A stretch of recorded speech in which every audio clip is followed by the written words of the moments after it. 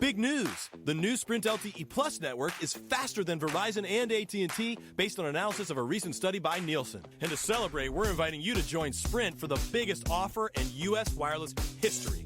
Switch to Sprint and save 50% on most Verizon, AT&T, or T-Mobile rates. Yep, you heard that right. No gimmicks, no tricks. You have Verizon 6 gigs for $60, $30 with Sprint. And if you have 15 gigs for $100 from AT&T, $50 with Sprint. Even if you have T-Mobile's 10 gigs for $80, we'll give it to you for $40. And we won't force you to watch video in low def. Oh, and one more thing. We'll even pay your switching fees up to $650 per line so you can switch to the Sprint LTE Plus network today. Visit a Sprint store or sprint.com/save 50%. Offer coverage not available everywhere for discounted phones. Excludes taxes, surcharges, roaming, and premium content. Subject to new line $36 activation fee. Credit valid 4-day plans may not be exact match. See website for eligible plans. Offer ends 1/7/16, savings through 1/8/18. Exclusions and restrictions apply. Contract valid via reward card requires online registration. Welcome to the Elite Podcast Network, your number one source for all things sports. Follow us on Twitter at Elite Podcast Net. Use the hashtag EPNERA and join the revolution now.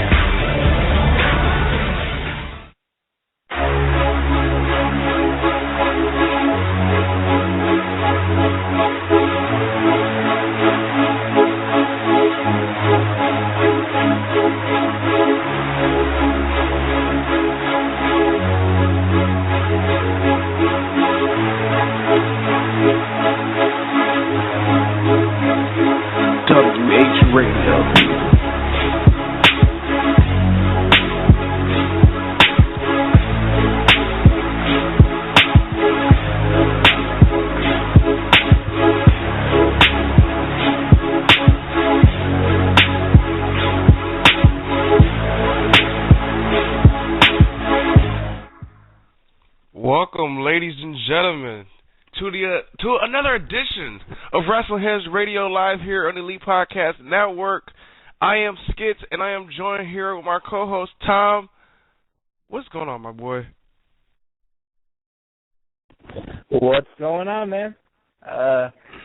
Just another typical Monday night, having to sit through 3 hours of Monday Night Raw. It was a long weekend, though. Of course, we had Thanksgiving and Black Friday. And man, I'm still eating leftovers, bro. Shit. Yeah, it was okay. I hope everyone had a good Thanksgiving. I hope everyone is still enjoying their turkey and stuffing leftovers. And if you're not, I hope you're celebrating all these Cyber Monday deals going down. I want to give a shout out to Gabe Sapolsky for giving us that free match today. Zack Sabre Jr. versus Roddy Strong, Evolve, I believe 51.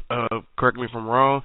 But shout out to Gabe on that one. He gave us that match last night. I haven't got a chance to watch it yet, but I will be watching it.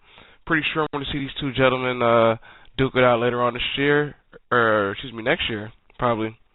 It's going to probably have next year, but for the PWG title, which we'll talk a little bit about probably later on this week here on WH Radio. Tonight, Monday Night Raw. Before we get into Monday Night Raw,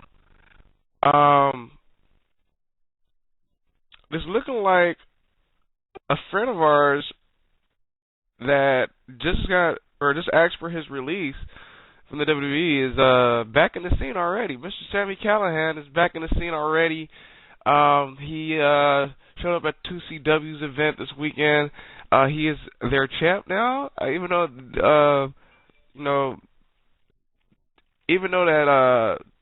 2CW's kind of going out of business. I guess they gave it to him out of respect or whatnot. And also, Sami Callihan, aka Solomon Crow, showed up at AAW attacking the new AAW champion, Eddie Kingston. Yeah, I figured that Sami Callihan was going to make a quick return to the indie scene. I mean, he was going to have a lot of momentum going to this. And, already he was booked on 2 major indie promotion shows. Everybody is now booking him. Pro Wrestling Syndicate set up a Fatal 4-Way that's going to involve him and Kenny Omega. That's going to be interesting, and 2 other competitors as well. Sami Callihan's going to be at Cage of Death, CZW's probably biggest show of the year, going down in just a few weeks. So it's official? Yeah, they announced it. I think they did it officially on their Twitter today. But yeah, Sami Callihan returning to CZW where he really kind of made his name. And, you know, like we mentioned last week when we were talking about this, he's going to have no trouble getting bookings. And I said that he's probably going to make more, if not as much money that he was making in WWE that he was going to make on the Indies. Because look how much he's getting booked already in big-time shows. There's rumors that he's possibly going to have a Ring of Honor / New Japan deal. That's big money on the table. And, of course, now he has his own Pro Wrestling Tees store. So that's more money to him. Guy's going to be making a lot of money. He's going to be, he's going to come back right where he left off when he left the Indies.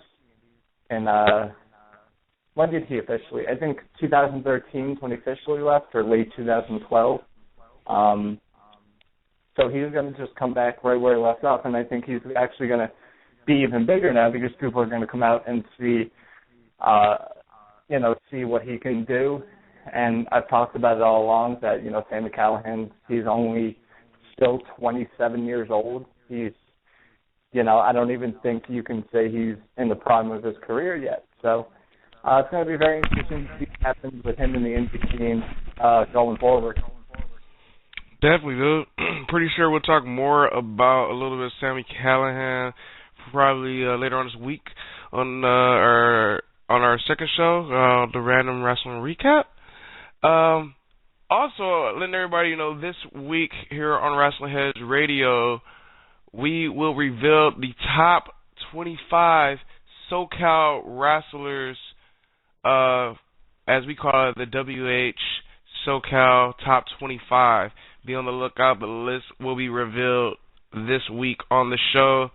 I wish my boy Tom could get involved with this. Maybe he probably has a little say on this. But it's going to be interesting to see some top West Coast names pop up in this list. I know some might not be up there, but only 25 of the top guys in the West Coast will be making this list. So be on the lookout later on this week, people. Now, is that exclusive only to SoCal guys? Are you going to include like Brian Cage on there, or not? Exclusive only SoCal guys, because okay, so Brian Cage and like guys like Joey Ryan wouldn't be on that list because they're not exclusively to SoCal. I kind of feel like Joey Ryan is exclusive SoCal, even though he works other places. You know what I mean? Yeah, that's what I was thinking. Is like, okay, what do you define as like a SoCal wrestler? He's saying, all right, these are guys that are predominantly in Southern California, because Joey Ryan wrestles everywhere. He's like Candice LeRae. I would count her as a SoCal person. You know what I mean? Like, even though she works AIW. Yeah, but I wouldn't consider her a SoCal wrestler anymore because she's not in SoCal anymore. She's over in Ohio with Mr. Johnny Gargano. So it's funny because me and Oscar had a conversation about Willie Mack, because Willie Mack lives in Vegas now, and he said Willie Mack's a Vegas guy. I still count him as a SoCal guy. The Vegas. You can kind of like guys. Like Adam Thornstowe, I think is could be a good example because he lives in Reno, but he predominantly wrestles in California and a lot in SoCal. So you could consider him like a SoCal wrestler. You know what I mean? That's true. Even though he wrestles more like in like the NorCal area. Yeah. But it'll be an interesting discussion, and I think it'll be kind of to anybody that hasn't listened to any interviews, which you should. But if you're someone on the East Coast like myself, or you're in the Midwest, wherever you are, I think it's going to be a good way to start, getting notice on some SoCal wrestlers and who to look out for. Definitely, dude. Tonight, ladies and gentlemen, Monday Night Raw. It was I don't know what to say. Okay, I guess, Raw. I wouldn't say it was a shit Raw. It was okay, I guess. It had its good moments, it had its bad moments, as usual. I don't even know what to say anymore, because I can't say it was really bad, because it wasn't terrible, but it wasn't good. It wasn't anywhere, I think, close to good. It's just becoming to a point with WWE and Monday Night Raw where it's just it's the same thing every week. And it's not good or bad. It's just kind of there. Some things happen, a lot of things go. You could watch the recaps on WWE's YouTube page and you could be caught up completely. You don't need to waste 3 hours watching Raw. That's what I did. Yeah, and that's the thing. It's just at this point, it's I was listening to Brian Alvarez on Wrestling Observer, and he and Dave Meltzer were talking about this, and it's been something that's been going on the past couple of weeks. It's just the state of WWE right now with the ratings decline and just what's been going on and how they're losing viewers week by week, and it's just that right now it's not a good product. WWE's making money, yeah, and that's all Vince McMahon cares about. WWE, their network numbers are going up.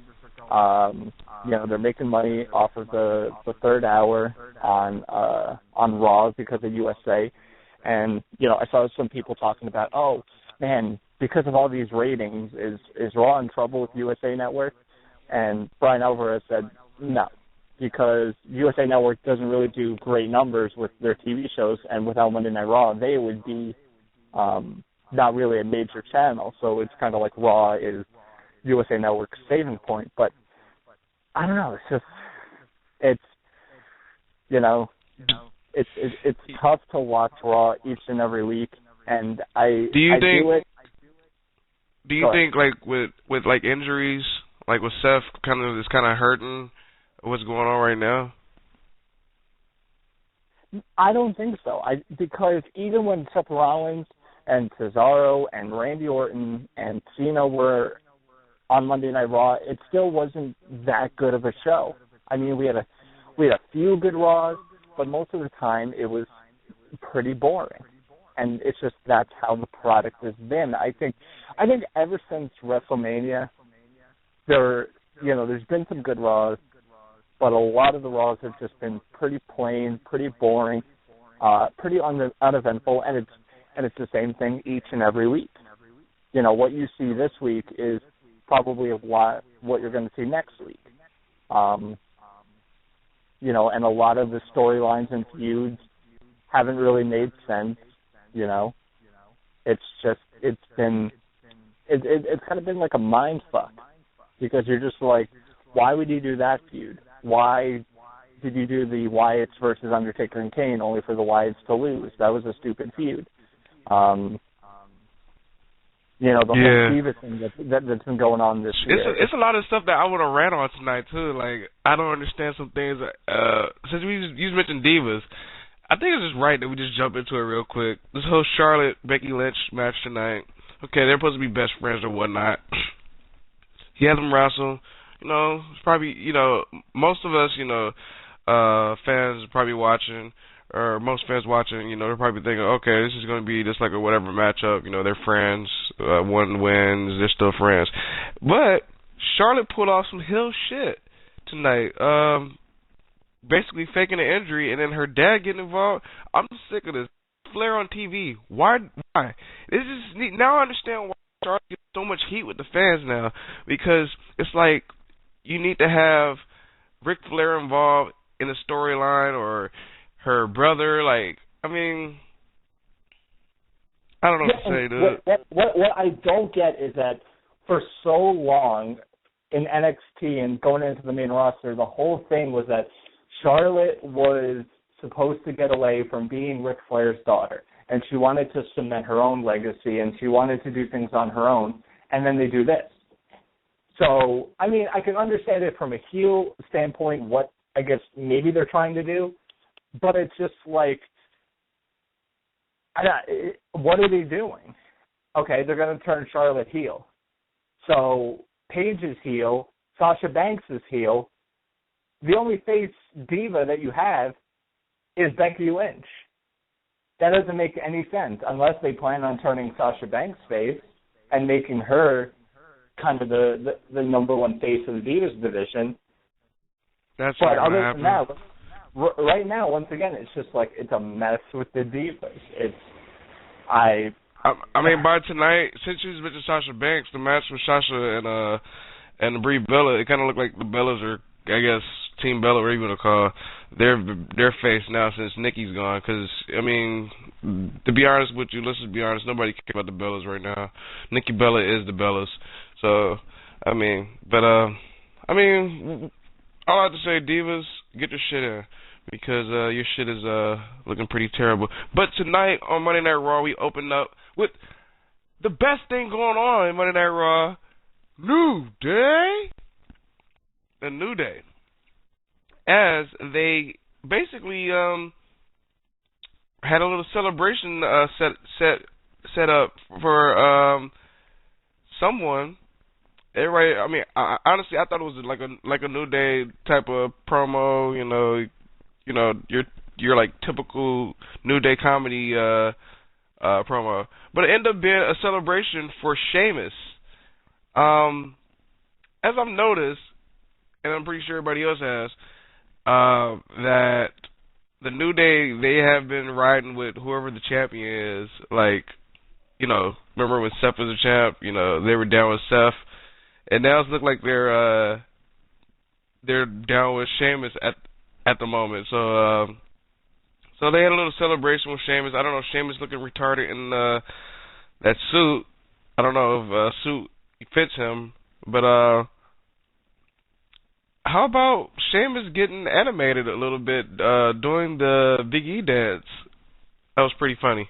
But long story short, in the promo of Sheamus saying none of this wouldn't have happened if it wasn't for Roman Reigns or whatnot. Long story short, after the celebration, when Sheamus was, basically showing off his belt or whatnot, turns around, Superman punch right in the face. It is Roman Reigns.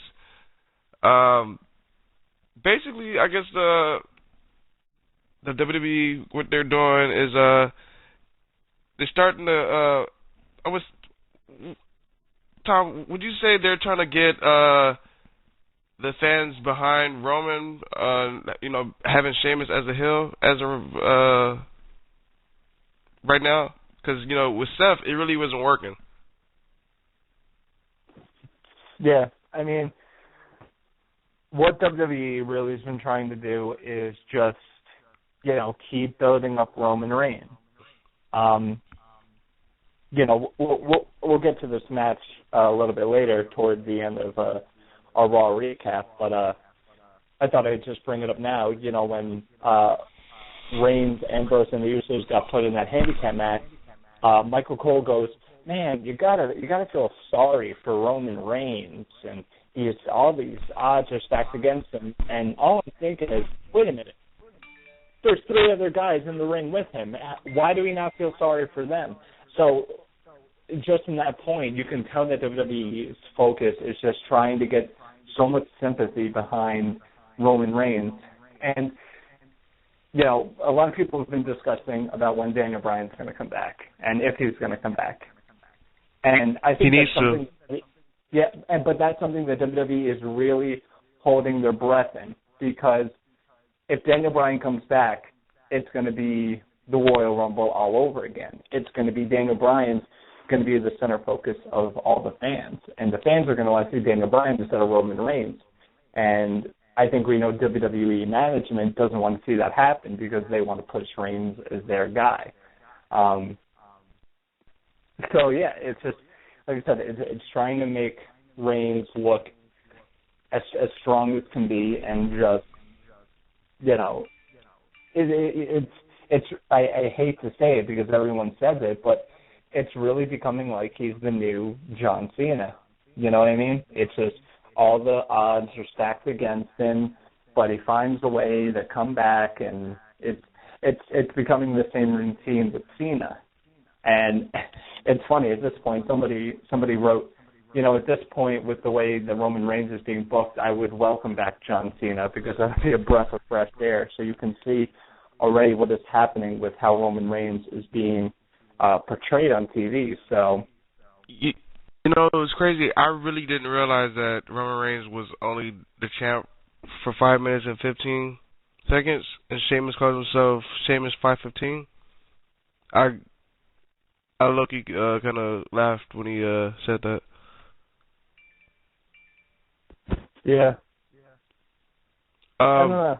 Like I said, it's just with WWE. Who knows if that was the original plan? You know, I heard that Sheamus only was told that he was going to win the title the day of Survivor Series. So it's like, at this point, I think WWE is just like winging it. But the main thing in their plans is that Roman Reigns is going to become champ. I think we all know that, and he's going to hold the title longer than 5 minutes and 15 seconds. Honestly, I think they honestly, I'm still going to say it now. I think they still dropped the ball big time. Dean Ambrose, who should be a heel right now, and Roman Reigns, that should be the feud going on right now. Nobody gives a shit. I'm going to be honest with you. Nobody gives a shit about Sheamus or this Roman Reigns feud right now. We want this to hurry up and get done. But I have a few that folks might be still interested in, and this is a match that actually has happened at Survivor Series where Tyler Breeze and Dolph Ziggler face each other. Breeze went over, which was the right choice. Tonight, Tyler Breeze and Dolph Ziggler meet again. Pretty good match. These guys have a great chemistry together. It was like a back and forth reverse type, you know, matchup. These guys reversing each other's moves or whatnot. And Ziggler surprisingly just came out of nowhere with a super kick and with a 1-2-3. Ziggler gets the win. Honestly, I don't remember the last time Dolph Ziggler actually got a win, a one-on-one type of win. It's been a minute. Maybe he earned it. I'm pretty sure this is not the last we're going to see of Tyler Breeze and Dolph Ziggler. Maybe they'll probably lead up to these two facing each other at TLC. Yeah, I think so. I don't know. You know, you have Tyler Breeze win the Survivor Series, and you have Ziggler win here, so it kind of defeats the purpose of having Tyler Breeze win at Survivor Series because it was kind of like, what was the point? I don't know. This feud it's not doing anything for me. It's just kind of like there on the card. You know, there's no really purpose, meaning behind it. It doesn't feel like it's helping either guy or that it's, you know, showing some importance or any type of meaning that it's something that you need to watch. It's just kind of like there on the card, and I think that's how a lot of the mid to undercard feuds have become, where it's just like, oh, it's kind of there, and they're going to have matches. They are definitely having matches, though. I got to give it to them that. One thing I've pointed out in our past shows that the only thing is the Survivor Series, their match was put on the wrong part of the card. You know, nobody cared about that match when it came up. So let's hope this time these two can have a pretty good match at TLC, and we'll see what the match will be. Will it be a chair match? Will it be a tables match? Who knows? Ladder match. Ladder match will be probably the best thing because I haven't seen no ladder matches yet. So,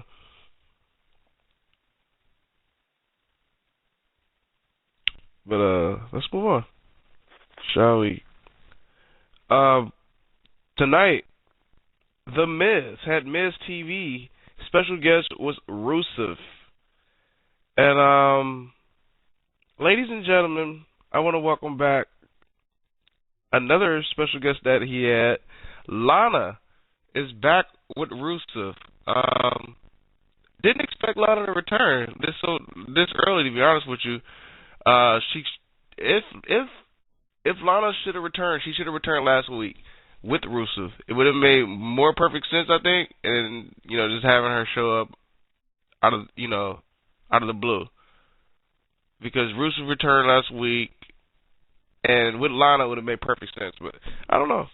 We'll see what happens. Lana's back, and they're definitely riding this engagement. So we'll see what's next for Rusev. And Lana, and in the middle of this Miz TV, Ryback get involved, and I'm hoping WWE. I'm praying, please don't go for this feud. Ryback and Rusev. Yeah, nobody in their right mind is going to care about that one bit. But once again, what happened tonight with Rusev and Lana? What does that show you? The last couple months of feud, with Ziggler and Summer Rae and all that was for nothing because Lana's back with Rusev. It's like nothing happened. It's like the last couple months were basically meaningless in the Rusev-Dolph Ziggler feud and the whole Rusev-Lana feud. It basically felt like a waste of time because she's just right back where they started. Lana's not doing anything different. She's not in a different storyline or with a different person or a different personality. She's right back where she started. So what was the point? So I didn't really like that. I do like that at least. This whole thing that's going on, which, like I said, we'll talk about toward the end of the Raw recap. At least Rusev is being made out to look at least a little bit stronger. A lot of people were worried, after the whole John Cena feud and all that stuff, we figured that Rusev was going to fade into kind of obscurity. And ever since he came back from an injury, it seems like he's on the right track to kind of staying relevant. So I will say at least that is kind of a positive. But like I said, the whole Rusev Lana thing, that whole storyline, it was a waste of time. It was for nothing because of where we are today. Honestly, let's just go ahead and blame Lana. Lana screwed up everything.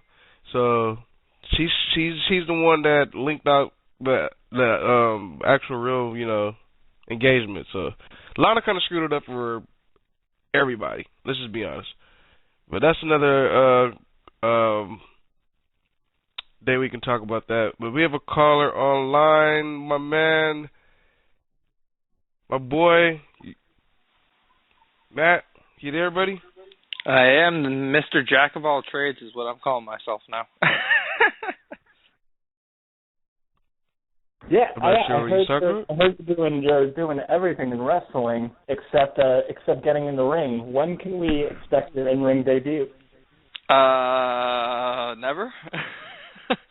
All right, listen, what we'll do is we'll get you with Brian Cage, we'll get you in the gym, and you're going to debut at Alpha One Wrestling completely jacked, and you're just going to beat the shit out of everybody and go over. That's the plan.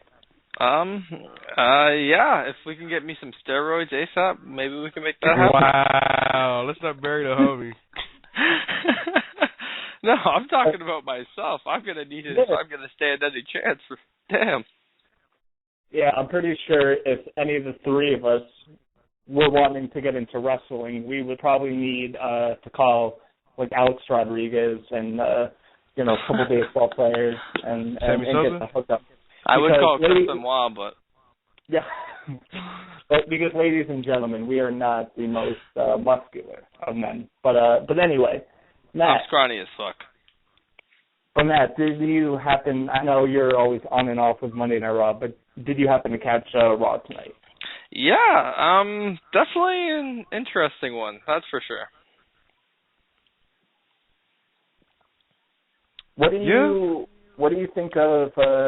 Because we talked about it before you came on. What do you think of the whole Divas thing going on with Charlotte faking an injury, pulling a playbook out of her dad's book, and then Ric Flair distracting for the win? Do you think it's a full heel turn for Charlotte, or do you think it's maybe leading toward something happen with Becky siding with Paige. What do you think is going to happen? I almost feel like they're going with a double turn here. I almost feel like, because Paige has been portraying the heel for quite some time, so I almost feel like they're going to double turn and put Charlotte as the heel and Paige as the babyface. Where Becky fits into this, I'm not exactly sure, but yeah, I think that's where they're going with this. One thing I can say about Becky, this is good for her, because this is actually her first time actually in a feud without having somebody to watch her back. If her and Charlotte feud, I would not be upset, to be honest with you. I don't care if Charlotte goes over. It's going to help people get behind Becky, because I think Becky, we all said, you know, she's going to be the one that nobody cares about. But Becky has the talent, and I think Sasha's felt that too until the past couple of weeks where this actually gave her some TV time.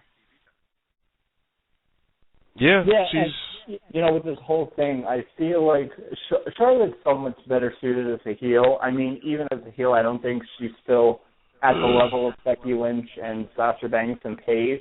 But at least it's better than what we've seen from face Charlotte, which is basically a boring, bland type of personality. Yeah.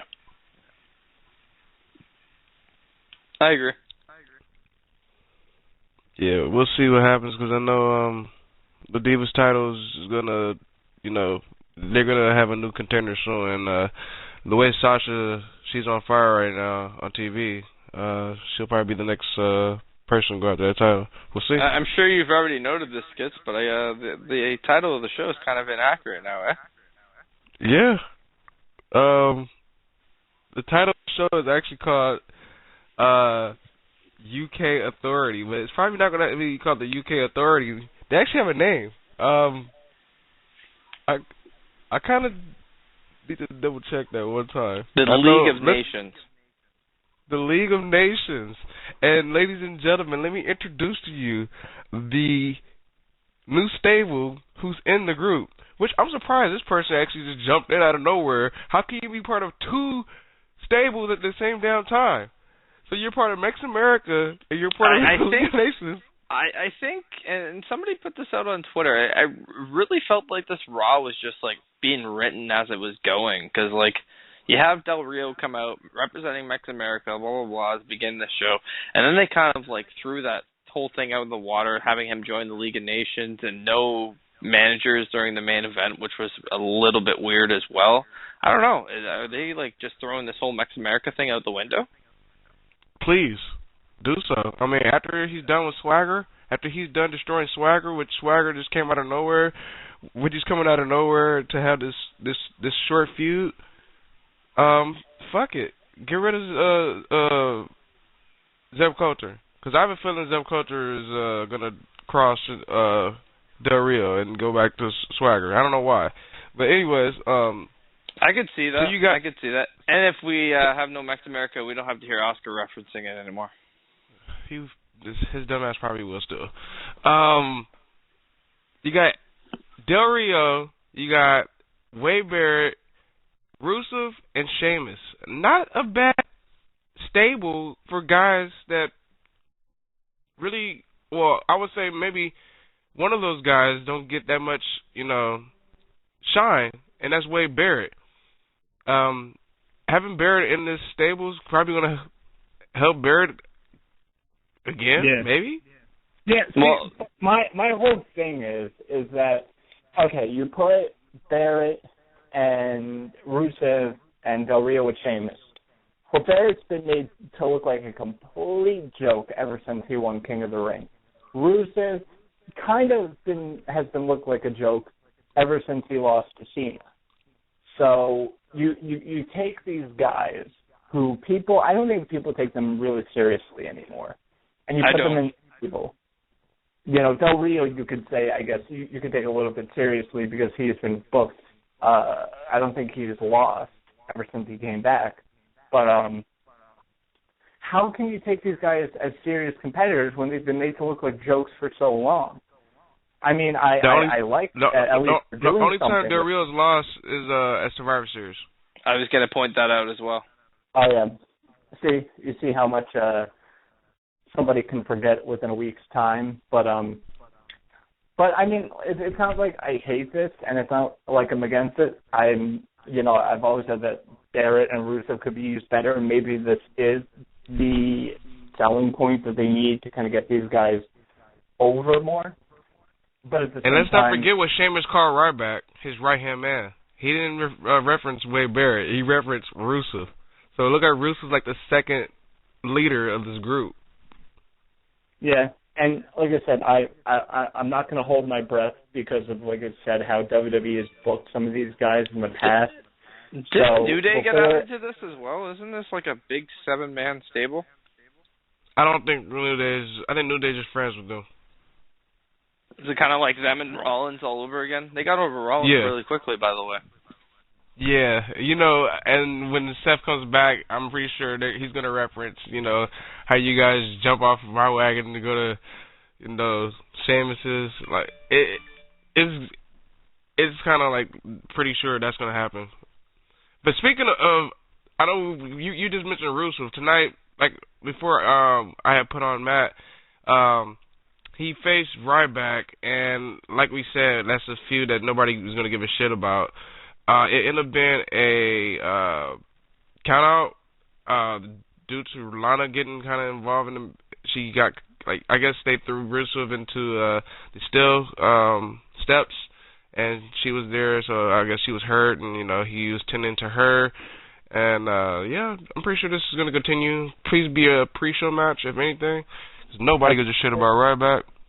As soon as this happened, as soon as the stair spot happened, I knew it in my heart of hearts. It's going to be Rusev versus Ryback at TLC in the stairs match.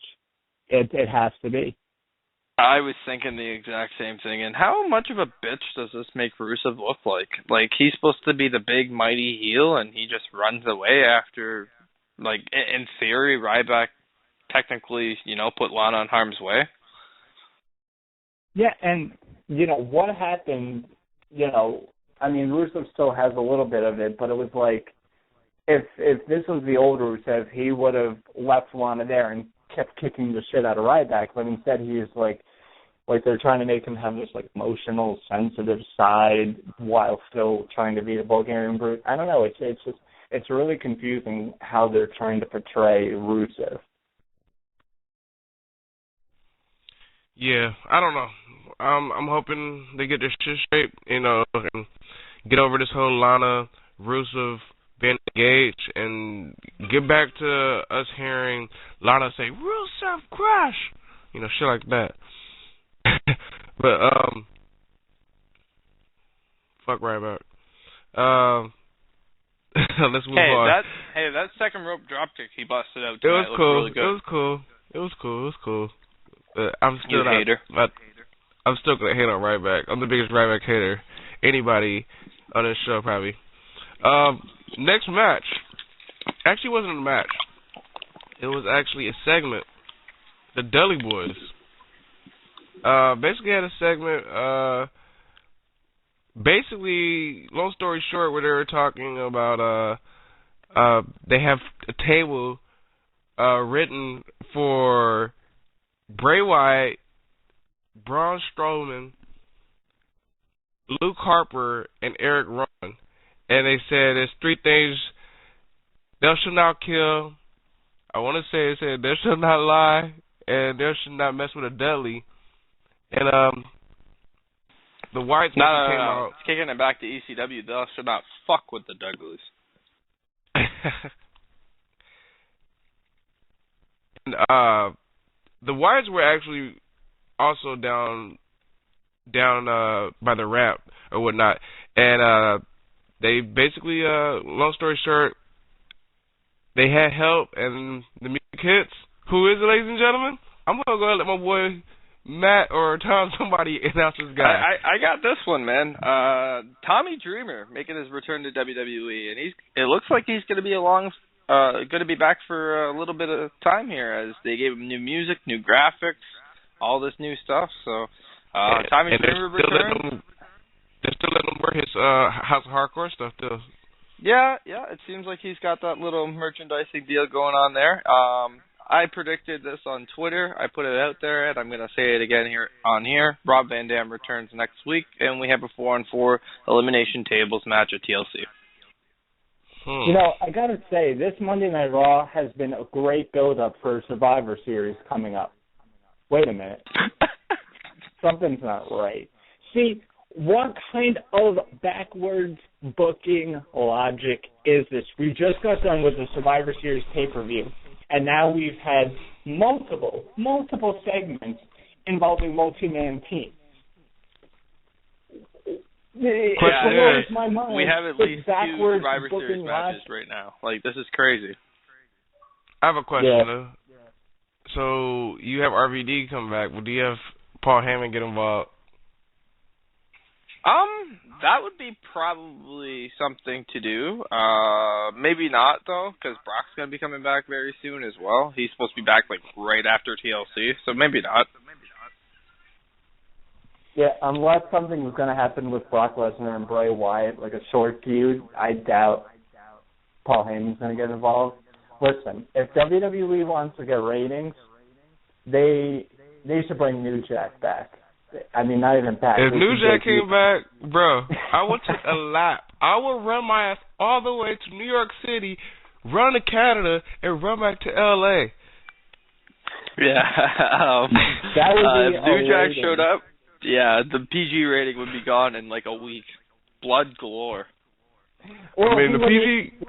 He wouldn't have to say anything. He would just have to, like, jump off the Titantron or something. Oh, Jesus. New Jack don't fuck with Vince. You see the shoots? You see the shoots? Yeah, but like you said, Matt, I fully expect, RVD to come back to make it a 4-on-4 type of matchup. ECW guys versus the Wyatt family. I want to say I love it what the WWE's doing with the Dudleys. They're not like just like having them in the background. At least they're using them. One thing I do like what they're doing.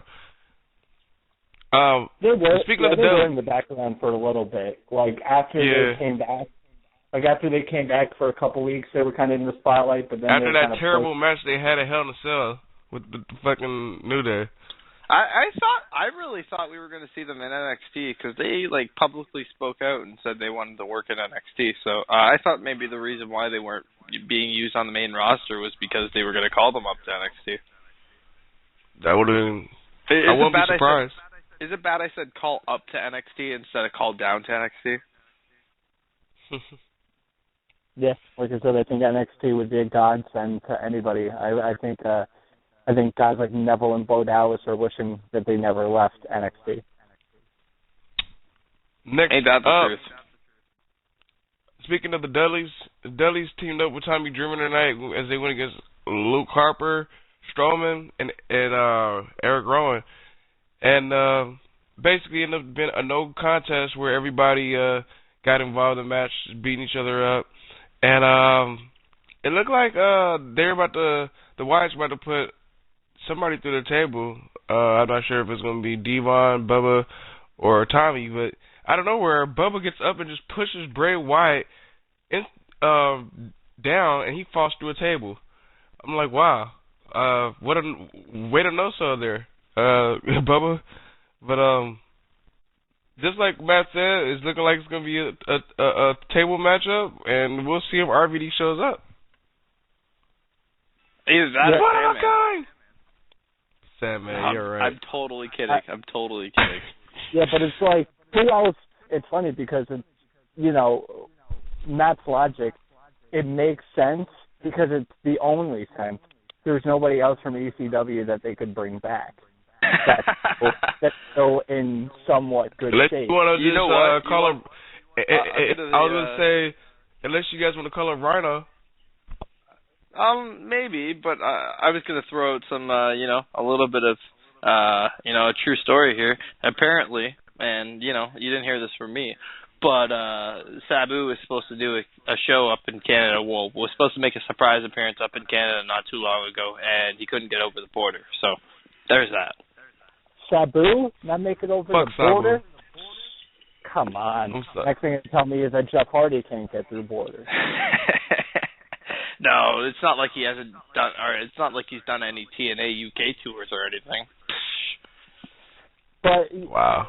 thinking about the possibility of this is because we've talked about this in the past, and is this something that we really want to see? Is old ECW guys versus the Wyatts? Because it's once again WWE trying to capitalize on nostalgia for ECW, and that if people see old ECW guys and tables, they're going to be like, oh my god. I mean, here's where I stand on this. If it's going to get the Wyatts over, I have no complaints with it whatsoever. Yeah, that's what I was going to say. Like, it's helping the Wyatts too. You hate if it's a blow-off is it really going to get the Wyatts over after how many losses the Wyatt family and Bray Wyatt have had over the last couple of years? It is one victory over the Dudley Boys and Tommy Dreamer and Rob Van Dam, if he does get involved in this. Is that really going to put them over? I definitely see it happening. Well, we see who went to the table first. Especially if it's one of these blow-off feuds as well. You got to build up the Wyatts somehow for WrestleMania, man. And I was also going to say, usually when somebody gets hurt first in a feud, they always end up winning. So, and Bray Wyatt went through the table first. So let's see what happens on SmackDown. Moving on to TLC. Yeah, they booked Bubba and Bray for SmackDown. So we'll see what happens there. Next up, Goldust. I don't know what WWE's got planned for this guy, but Goldust is back and he's definitely doing his job. Getting jobbed. Got jobbed today by Del Rio. Del Rio destroyed him quick. And then you know why? Because it was Goldust Destiny. And Del Rio, after the match, he put the armbar on Goldust, and then Swagger ran out, and Del Rio looked like he was gonna go head up face to face with him, but he rolled out. Yeah, I mean, yeah, like let's hurry up and get this feud over with Swagger, people. Yeah, like I said, this isn't doing much for Del Rio. I mean, it's doing more for Swagger, just solely based on the fact that he's back on WWE TV. Hey, Swagger was on Raw tonight and down the ring. I'm on TV. Hi, Mom. God, but that. I mean, talk about some of the worst haircuts in wrestling. I think Jack Swagger's up there right now. Oh, fuck. Yeah, I really don't understand the decision to bring Swagger back to television, considering how much great talent you have sitting off TV. Neville being one of them. Kevin Owens not being on television tonight. Like, what the fuck? Maybe there's a reason Kevin wasn't on TV tonight. I don't think Dean Ambrose was on TV tonight. What? Dean Ambrose was on... Are you, like, blind? Oh, he was on the... It really didn't play like... Event. I don't know. I think you're spending too much time with Sabu and Rob Van Dam. What I meant to say, he's really not playing the big role that he should be playing. I'm sorry. He needs to hurry up and do something. Speaking of people that are getting TV time now, Kalisto and Cara. Today they face Jimmy Uso and Jay in a number one contenders match for the tag titles. Pretty good matchup. You know, of course, both these two teams, they definitely could play the spot monkey type of match. How about Big E, Kofi, and Xavier Woods on commentary though? Just fantastic. I mean, we say it each and every week, and I say this each and every week. I feel like a broken record, but they are just the most entertaining thing in the WWE, no matter what they're doing. If they're in a segment, most entertaining thing. If they're in a match, most entertaining thing. And now that they're on commentary, most entertaining thing. I mean, they were hilarious. They were shitting on the commentators. And it just, with all the stuff that they were saying, it just, I think we mentioned it last week, that it just feels like they give no fucks. Like they're just going out there and doing whatever the hell they want. And because of their success, WWE is kind of like allowing them to do it. I like feel I said I said this last week. I read an article. CM Punk said he's talked to Kofi, and basically, if you want to get over in the WWE, sometimes you just don't give a fuck and do what you want to do, and that's what the New Day is doing. Yeah, and it's the same thing that Steve Austin said about Cesaro when he comes back. He said, when you come back, just screw all the politics. Just come back and do what you do, and whatever happens, happens. And like I said, it's what works. And you see this, and you see how much fun I think they're having doing all these different things. And like I said last week, how some of the other superstars are just having fun in New Day segments. It's not being taken as seriously. They're not, I think, feeling like pressured in these segments, but it's great stuff, and it's honestly great to see where Big E, Kofi, and Xavier are, as opposed to like a year ago when they were doing nothing, and then you see them now, and they're on TV weekly. There are multiple segments. Sometimes in the closing segments, they're some of the best stuff in WWE. It's great to see. Yep. Moving on, Roman Reigns earlier, basically Stephanie McMahon, she made a matchup where if Roman Reigns beat Sheamus in less than 5 minutes and 15 seconds, he would get a title match at TLC. Basically, hold on, was the match where...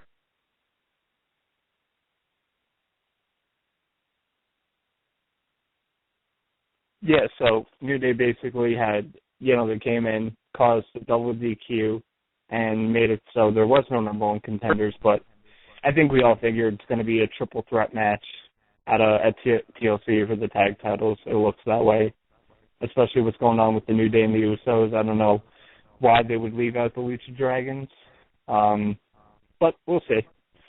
Was I talking? Shit, my fucking mic I fucking went off. I'm sorry about that. The next match, Roman Reigns versus Sheamus. He had to beat Sheamus in 5 minutes and 15 seconds, or their title matches at TLC changed match. So, basically, the match was kind of dragged, so where Sheamus would, not be in the ring. It was a lot of outside, fighting. And that's where later Del Rio, Wade Barrett, and Rusev got involved, where Roman Reigns couldn't get Sheamus inside the ring on time, where it ended up being a disqualification, and Roman Reigns won. So, we all know that these two are going to face each other at TLC. It's supposed to be a TLC match, which was already booked. I don't know if is that set for you guys? I believe so. Because I don't understand what this match was for tonight. So. I don't understand what the match was about then tonight. Yeah, and see, the whole thing was, this is where Sheamus introduced, the League of Nations after the match. My whole thing is, why didn't they do that at the beginning of the show when they were doing Sheamus's championship celebration? I feel like that would have made more sense. You know what I mean? Because it would have built up, and when they cost Roman Reigns the match, it would have made more sense instead of kind of making it seem like it was a waste of a match. You know what I mean? Yeah. I kind of like what they did with that too. After the Roman Reigns Sheamus match. Either way, I was fine with it. But, yeah, I don't know. Like I said, that could just be a personal preference. I would have preferred that he introduced them at the beginning. yeah. Like I said, it just seemed like the show was just weirdly booked tonight. I don't know if it was just me, but it just seemed like some things just didn't fit in with some other things. Yeah, I mean, that's typical Vince McMahon booking, wait till the last minute, rip up the script, and start from scratch. Yeah. Yeah, for sure. Tom, can you talk about the main event? I'm gonna be honest with you guys, I actually missed that match.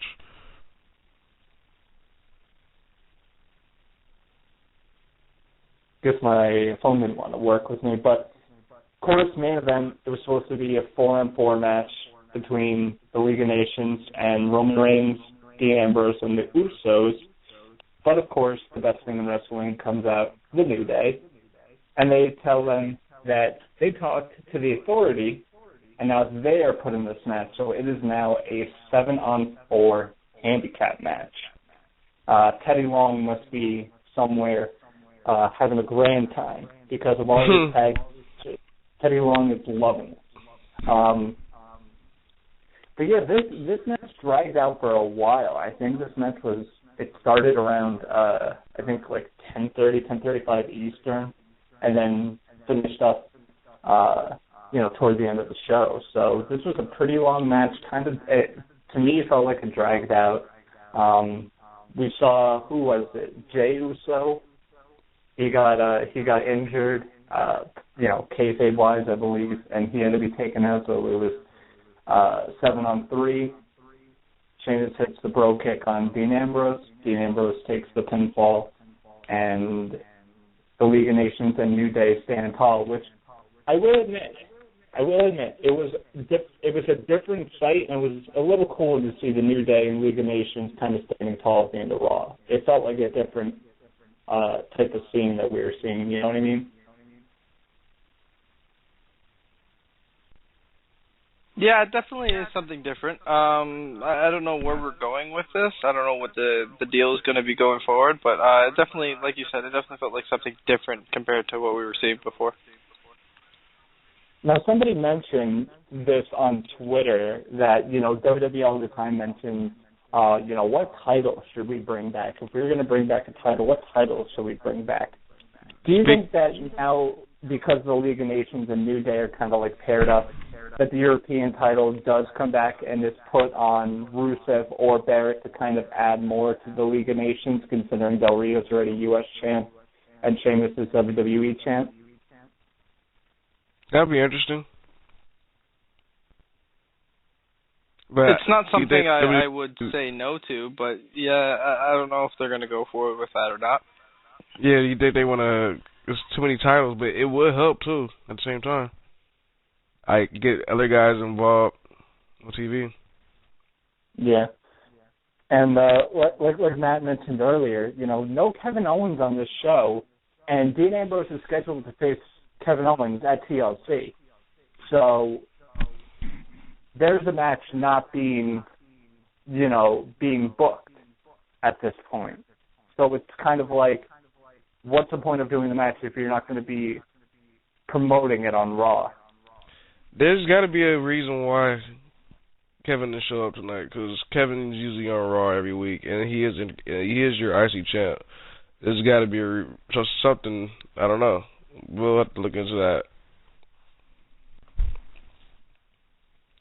Yeah. I think that pretty much does it for Monday Night Raw. There's a couple other little things like Adam Rose had a random backstage. I actually like that. I'm not gonna lie. I was digging that. I didn't get it. I mean, it's something for him to do. That's why I dug it. Yeah, but he's all right. So it's a minute or two of TV time each week. Fuck you think it. that's better than if give the you man? Fuck it. Give him some TV time. Let him fucking shoot promos. Fuck it. Maybe he'll end up getting something. And then we had the whole Stardust Titus O'Neil with another segment. It's looking like those two are going to feud. Yeah, it's not even December yet, and they're already building up. And Titus O'Neil says Happy Holidays. Like, we're not even into December yet. Could you wait a little bit? But I don't know. So overall, I think not too good of a Monday Night Raw. Not too bad. Just I have some other wrestling news if you want to get into that. Yeah, but before we continue, like we talked about at the beginning of the show, I wanted to get Matt's take on this. Matt, what did you think of Sami Callihan returning to AEW and CCW this weekend? I love it. I think it's going to be great for the independent wrestling scene. Where he pops up next is going to be very interesting. I know he's set for Cage of Death for CCW. I know he's got a few other things coming up as well, so it's going to be fun. PWG, January 2nd. I even think maybe before then, maybe All-Star Weekend, he makes an appearance. I don't know. Let's see. Unless they got a feud ready for him. Maybe he'll join Team PWG. Maybe. I like it was funny because I was like, man, I'd love to see Sami Callihan versus Super Dragon and just see them, like, as a way to get Sami Callihan back in the Indies and kick the shit out of each other, or, like, Sami Callihan versus Roderick Strong. I think that would be such a good match. I think Super Dragon has a match one either. Yeah, but like I said, you could do Sami Callihan versus Roderick Strong. I think that could be a really, really good match. And it would be such a good way to kind of reintroduce Sami Callihan onto the Indies. And like I said, you put him with a guy like Roderick Strong, you're going to get automatically a good match out of it because, you know, Roddy can go in there with just about anybody and put on a good match. But, of course, like I said, we know the talent of Sami Callihan and how stiff those guys can each be. So I think it would be a kind of a perfect match. Yeah. We'll definitely see what happens. I'm pretty sure he'll be in PW soon. So, AJ Styles re-injures his last injury. Question of the day is, well, they had to pull him out of the New Japan Pro Wrestling's tag tournament. Question is he going to be ready for Final Battle? Yeah, that definitely seems like the big question. And, you know, AJ Styles also came out on an interview and said in 2016 he's really going to be focusing on Ring of Honor and New Japan. And, of course, AJ Styles is going to miss some dates with New Japan coming up. And, yeah, it's definitely an interesting time because, like I said, we have Final Battle coming up at the end of December, really big Wrestle pay-per-view. Kingdom. Yeah, and then Wrestle Kingdom, which is only about a week and a half later. So you have two big matches. And it's not even like AJ Styles is in the mid-card for one of these matches. He's in the world title match at Final Battle, the main event, and he's in the semi-main event against Nakamura for the Intercontinental title, which is basically being looked at as another main event. So you have those two type of matches, and it's not like you can kind of go easy in those matches. Everyone's going to expect AJ Styles to go, you know, 110% like he's always been doing. So it's definitely going to be tough. I don't know if they're going, they could pull AJ Styles out of the World Tag League and replace him with another member of the Bullet Club and team him up with Yujiro Takahashi. That's something that's relatively easy to do. I don't think AJ Styles and Takahashi were even going to come close to winning it.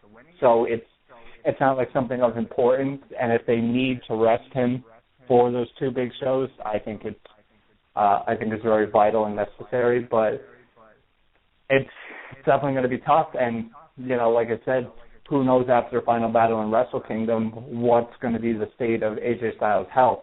I don't think, like I said, I think even if he's I think even if he's still kind of hurting by the time Final Battle and Wrestle Kingdom comes along, he's going to get through both of those events and put on great matches. I think it's just the kind of like work ethic that AJ Styles has, and it's how a lot of wrestlers are, is that you fight through the pain when you have big matches coming up, and then you worry about the effects after it's all said and done. So definitely something that's going to be of interest. We'll see if this affects both the Final Battle and Wrestle Kingdom matches coming up. It's something definitely to keep an eye open.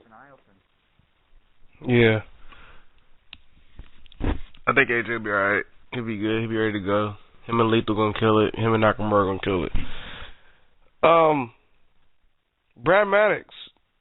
A lot of folks, first Brad Maddox fans, letting you guys know, Brad Maddox has officially changed his name to Mad Braddox. I don't get it. I mean, maybe it's supposed to be a play on, how many people say, like, if a guy's going from WWE or somewhere to TNA, they're like, what is blah, blah, blah doing in the Impact Zone? Or, like, when Samoa Joe was going to WWE, so many people were making jokes like, what's Polynesian Joe doing in the Full Sail Arena, something like that. It could be. I don't know. We'll see what Brad Maddox can do on the indie scene. I think he has not got booked yet, has he? I don't know. I know he is taking bookings, and he has a Pro Wrestling Tees store out already. But it's weird because I think a lot of promoters, even Brad Maddox has like the name and it's going to be attached to him. It's not like Sami Callihan where that Sami Callahan's going to put on a 15, 20-minute match easy and it's going to be a good match and it's going to draw people in to see it. You don't know if you're going to get that from Brad Maddox.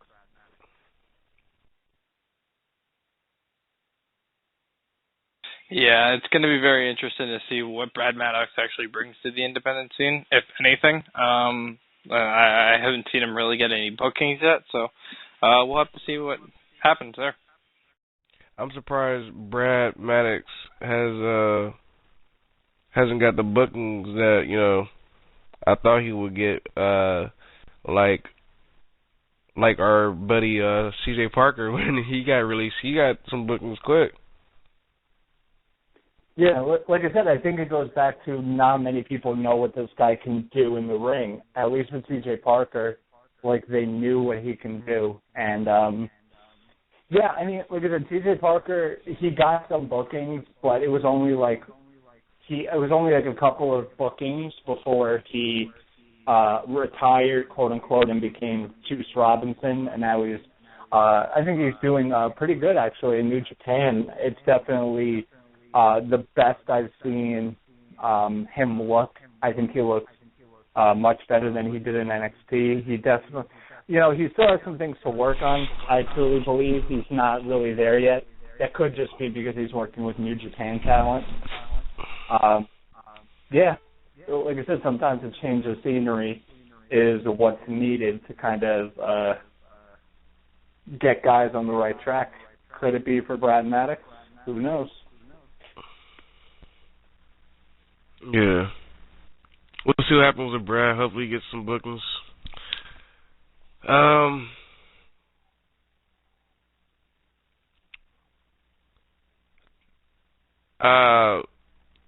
January, your boy John Cena is confirmed to come back in the India tour. Him and Nikki both, but I don't know if Nikki's gonna be ready to go. So, but the card is already out for this India tour. Big Show will be facing John Cena. I'm pretty sure these are not televised matches, folks. Kane versus Luke Harper. Usos against the New Day. Ziggler versus Breeze. Ryback versus Russo. That's definitely going to happen then, people, if they're already booked in January. And, of course, Nikki Bella versus Charlotte.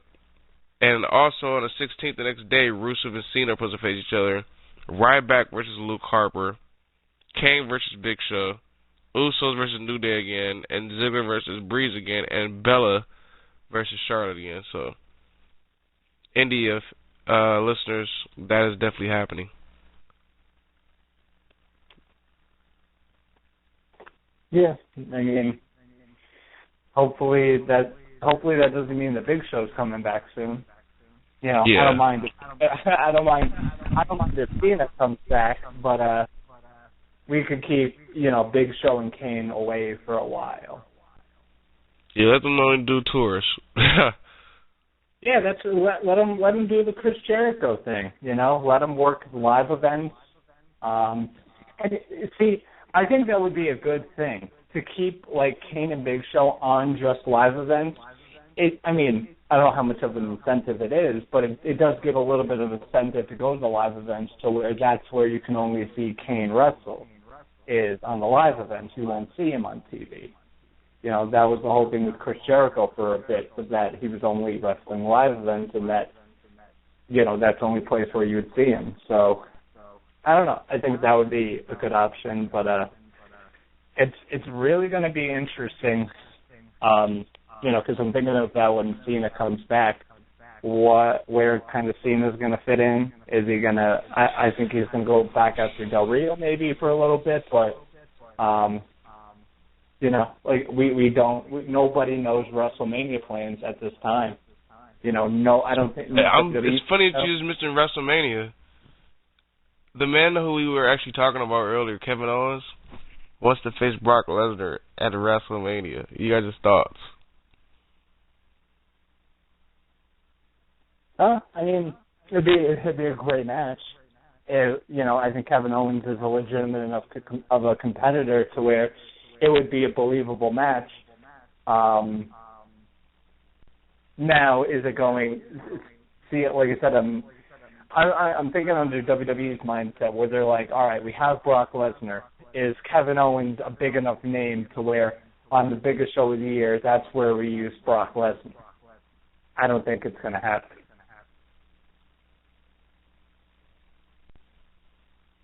What about you, Matt? I don't think they build up Kevin Owens enough as a legitimate, like, threat to Brock Lesnar, as much as I hate to say that. I think there's a lot more that needs to be done before Kevin Owens is going to be believable against Brock Lesnar.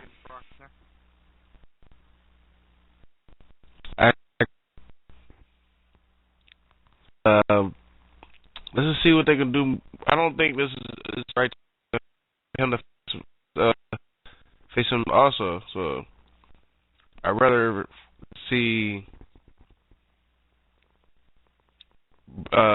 Sami Zayn versus, you know? Yeah. You know, I think, like I said, that's under the impression that a lot of people have, is that, you know, it makes sense for Sami Zayn to come back and then get the WrestleMania match against Kevin Owens for the Intercontinental title. It would be a big-time match. But, I don't know. I think a lot of people's logic of thinking is really what's on the table for Brock Lesnar when he comes back. You know, do we see Lesnar versus Sheamus if Sheamus is still champ? You know who I want to see Lesnar face at WrestleMania? Possible it might not be happening now. I want to see Cesaro versus Lesnar. Yeah, a lot of people were talking about that. People were talking about that kind of last year, not as a WrestleMania match, but see, I think that would be a great match, but I don't feel like it's a WrestleMania type match. I feel like that would be better suited like on a Royal Rumble or like a SummerSlam as opposed to WrestleMania. You know what I mean? Like, it's nothing against Cesaro. It's just that, like, I don't know. Unless Cesaro had the title, it wouldn't make much sense to do it on WrestleMania.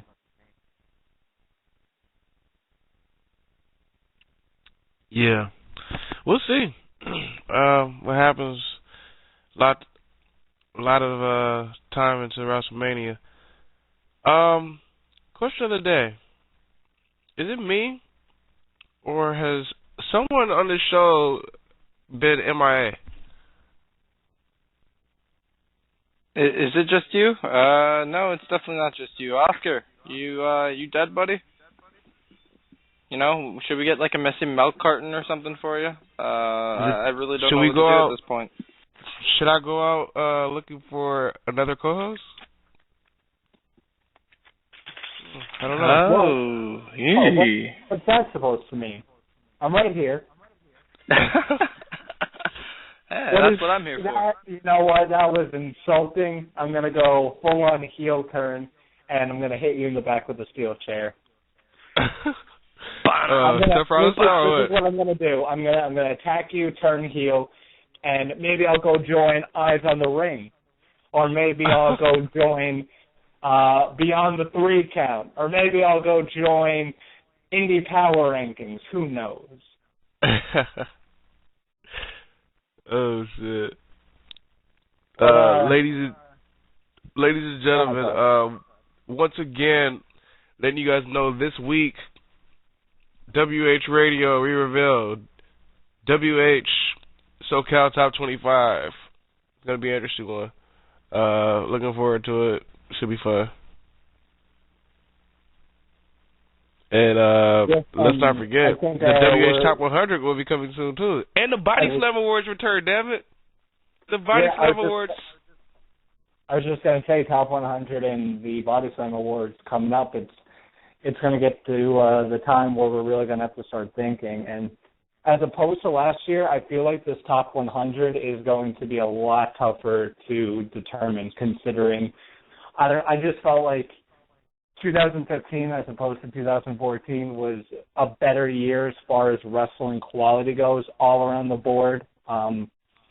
Maybe I think WWE has had better matches than 2014. I don't know about a better product. But you look at the Indies, you look at the UK scene, you look at Japan, and you look at all the different guys and all the different matches. I mean, I can probably easily name 15 to 20 matches from all different promotions that could be considered, really, really, really good matches. I mean, probably 4.5 stars or above, and I think that's incredible stuff. Yeah. I'm looking forward to this Top 100. It's definitely going to be more accurate. And it's going to be the 5th annual, people. The 5th annual Body Slam Awards. We've been doing this shit since 2011. Excited for it. And letting everybody know, the Body Slam Awards is actually picked by the fans. This is not... So, if the wrestler of the year ends up being somebody that people didn't like, don't get mad at us. Be mad at the fans because this is all their votes. We have nothing to do with it. All we do is put up the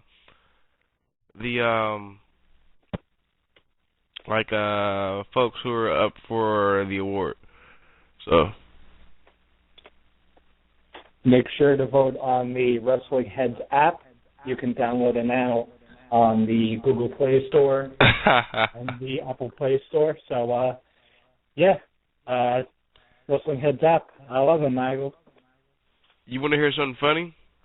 Last year, the Rookie of the Year was Hanson. And David Starr, I don't know, I guess he was following the Body Slam Awards. He replies, "This dude has been killing for years." Of course we know he's been killing for years in the Indies, but, basically what I'm saying is, back when we had... I believe it was Hanson, wasn't it? Yeah, Hanson was our Rookie of the Year last year for the Body Slam Awards. And David Starr said, the dude has been killing for years. Of course, he's probably been killing for years in the Indies, but, in the eyes of, the fans, he's a rookie to them. So that's why folks voted for him as the Rookie of the Year.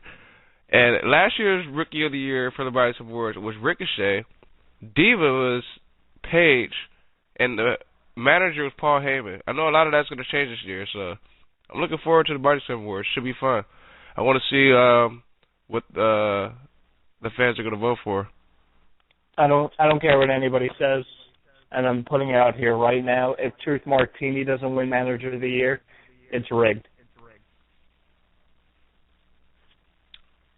And question, we haven't put up the categories yet, but is Xavier Woods, could he be a part of that as a manager? Even though he really doesn't wrestle as much, but he does do a lot of talking and a lot of sidelining. Yeah, but he has been wrestling too, and managers don't wrestle. So that is right. That is right. You make an accurate point there. Yeah. Yeah. So like I said, it's definitely going to be interesting. Maybe there's some new categories we can come up with. Definitely going to be an interesting December on Wrestling Heads Radio. So you're going to have to stay tuned if you want to get your voice in, get your vote in on all these different things that are going on. It's crazy. Definitely. Matt. What's up? Buddy. Talk to us. Give us some give some plugs of some things you've done this weekend. I was just doing local stuff this weekend. I got the chance to step back onto the ring announcing side of professional wrestling for the first time in over a year for Busted Knuckle Pro Wrestling in Niagara Falls. This weekend was a fun time. Big thanks to them for having me, and it appears I'm going to be the permanent ring announcer for them going forward. So that's going to be really fun to get back into the role of things there, maybe get some more bookings. So if anybody's looking for a ring announcer, a commentator, hit me up.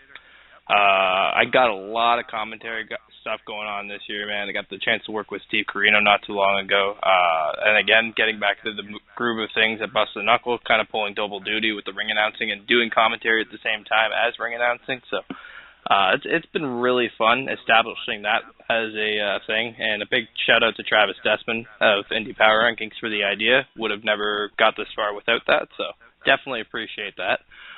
And then Sunday came. I was originally intending to go to another show in Toronto. Things didn't work out, transportation issues, things happen. I showed up at another show, a local show in Hamilton, Steel City Pro Wrestling, and they were kind of scrambling last minute looking for a ref. And the opportunity got brought up to me to be a referee. So I reffed my first 4 matches this past weekend for Steel City Pro Wrestling. I got to work with the Green Phantom and Sexy Eddie, the very familiar faces of I would say the deathmatch wrestling scene more than anything. So it was cool to work with them. I got to work with Tarek as well, somebody I've spoken volumes about on the Elite Podcast Network. Really fun time this past weekend for Steel City and Busted Knuckle. So I may be being a referee going forward as well for Steel City. Stay tuned for some more information on that at Matthew Grant First Days of 4 on Twitter. And like I said, if you're looking for a ring announcer or commentator, I'm your guy. Commentator, this is the man, people. Don't let everybody know. You need a commentator, this is your guy. So fuck with my boy. Hit him up. Hopefully I can get some bookings going into 2016 because it looks like things are picking up going into the new year. That's what I'll say for now. Did you give him your Twitter? Yeah, man. At Matthew Grant, First Days of 4. Make it happen. Or even if you guys are looking to email me MatthewGrant@hotmail.ca. .ca because I'm Canadian. Suck it. My boy Tom. What's going on? Give the folks your info where they can find you, brother. Well, you can follow me on Twitter @2tweetme. My Periscope, the exact same thing. I'm pretty sure those 2 accounts are linked together. But follow me there. Been trying to keep up with New Japan as much as I can. It's especially with the holidays, it's been crazy. But hopefully getting back into that. Like I said, a lot of big stuff happening with Wrestling Heads in the WH Top 100 and all these categories. So I'm going to get my opinions out here on the show and on Twitter. So just follow me there. I'll follow you back. And, make sure you guys are checking out everybody else on the Elite Podcast Network. Like, there's so much stuff on here now. It's unbelievable to think that it's almost been a year, and look where we're at now. It's pretty insane. I can say I've talked to When Geeks Collide. We used to have a comic book podcast before we kind of transitioned to the Elite Podcast Network, and it looks like they're going to be making a return to the Elite Podcast Network. So stay tuned for a new episode of their podcast sometime this week.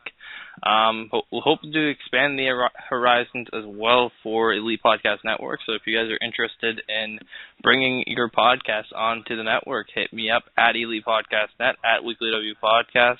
Even hit up Skits if you need to, at Wrestling Heads, at WH Skits. We're looking to expand the horizons, and what better way to do it with your guys' content. So let's make it happen, guys. Hit us up. Yeah. This week also, continue WH Radio. Wednesday we'll probably do a taping. That's what it's looking like. And Thursday, let's talk about the cooler. Pretty sure they have a lot to talk about. Kobe Bryant just retiring, announces his retirement. Pretty sure they'll be talking hockey, basketball, all types of stuff. Be sure to listen to them. And, their return.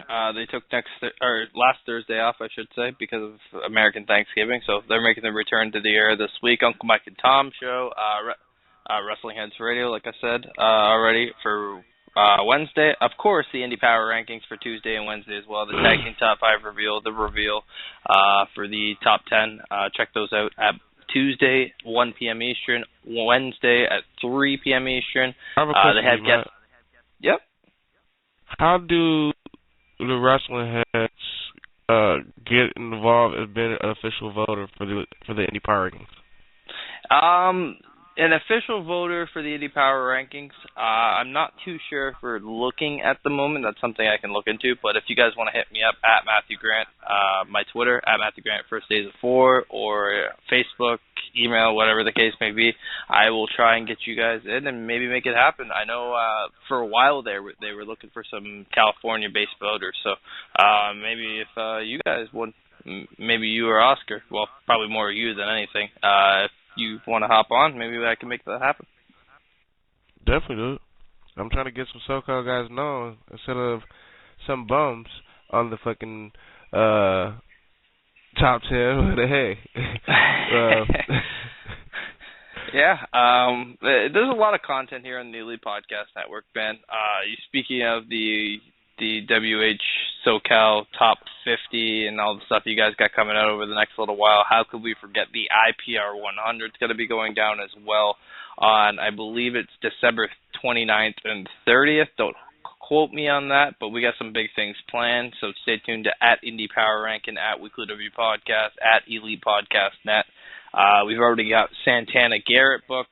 The CCW World Heavyweight Champion Matt Tremont is booked.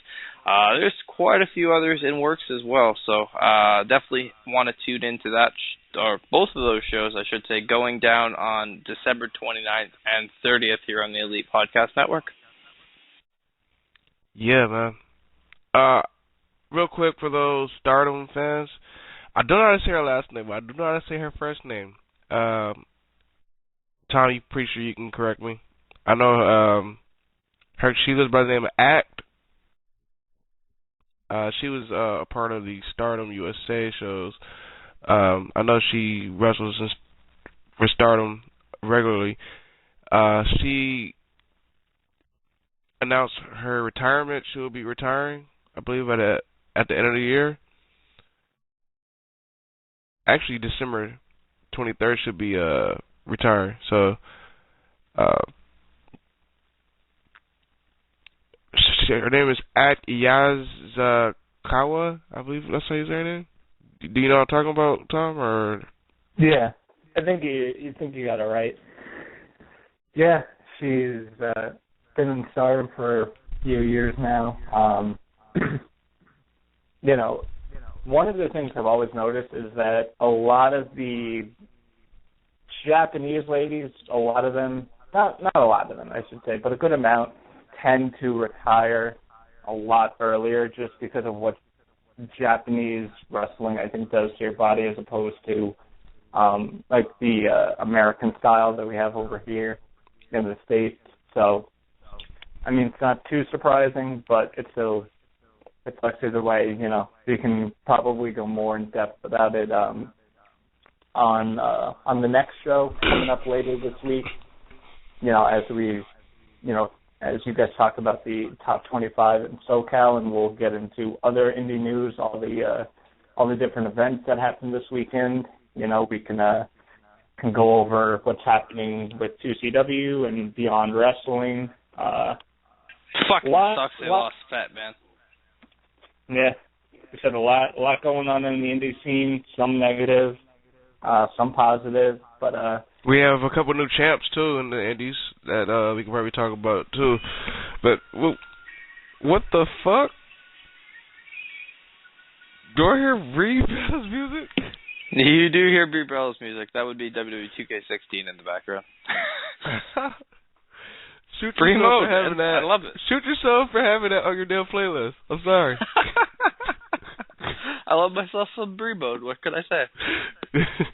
Well, ladies and gentlemen, again, be on the lookout for our show. It'll be on YouTube, probably Thursday or Friday. We'll see what Oscar does. Maybe later than that at this point.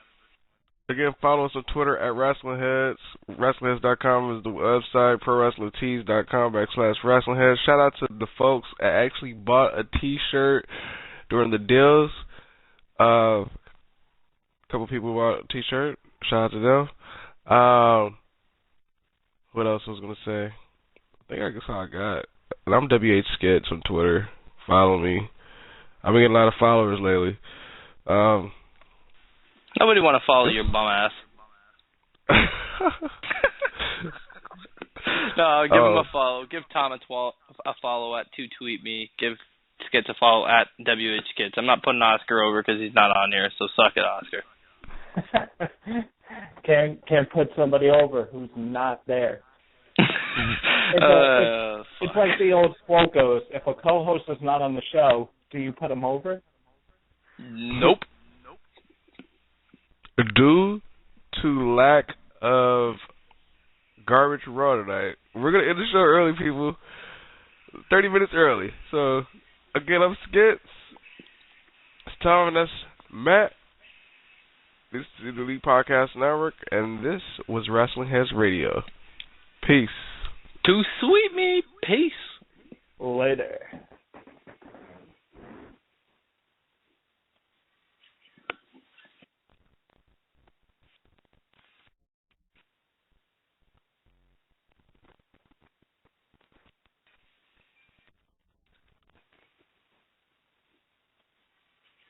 Big news! The new Sprint LTE Plus network is faster than Verizon and AT&T based on analysis of a recent study by Nielsen. And to celebrate, we're inviting you to join Sprint for the biggest offer in U.S. wireless history. Switch to Sprint and save 50% on most Verizon, AT&T, or T-Mobile rates. Yep, you heard that right.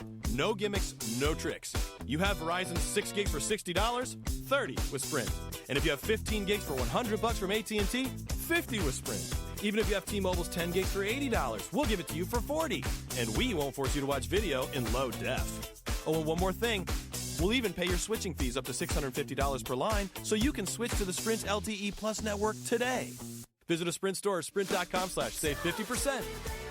Offer coverage not available everywhere for discounted phones. Excludes taxes, surcharges, roaming, and premium content. Subject to new line $36 activation fee. Credit valid port-in. Plans may not be exact match. See website for eligible plans. Offer ends 1/7/16 savings through 1/8/18. Exclusions and restrictions apply. Contract by OD. Reward card requires online registration.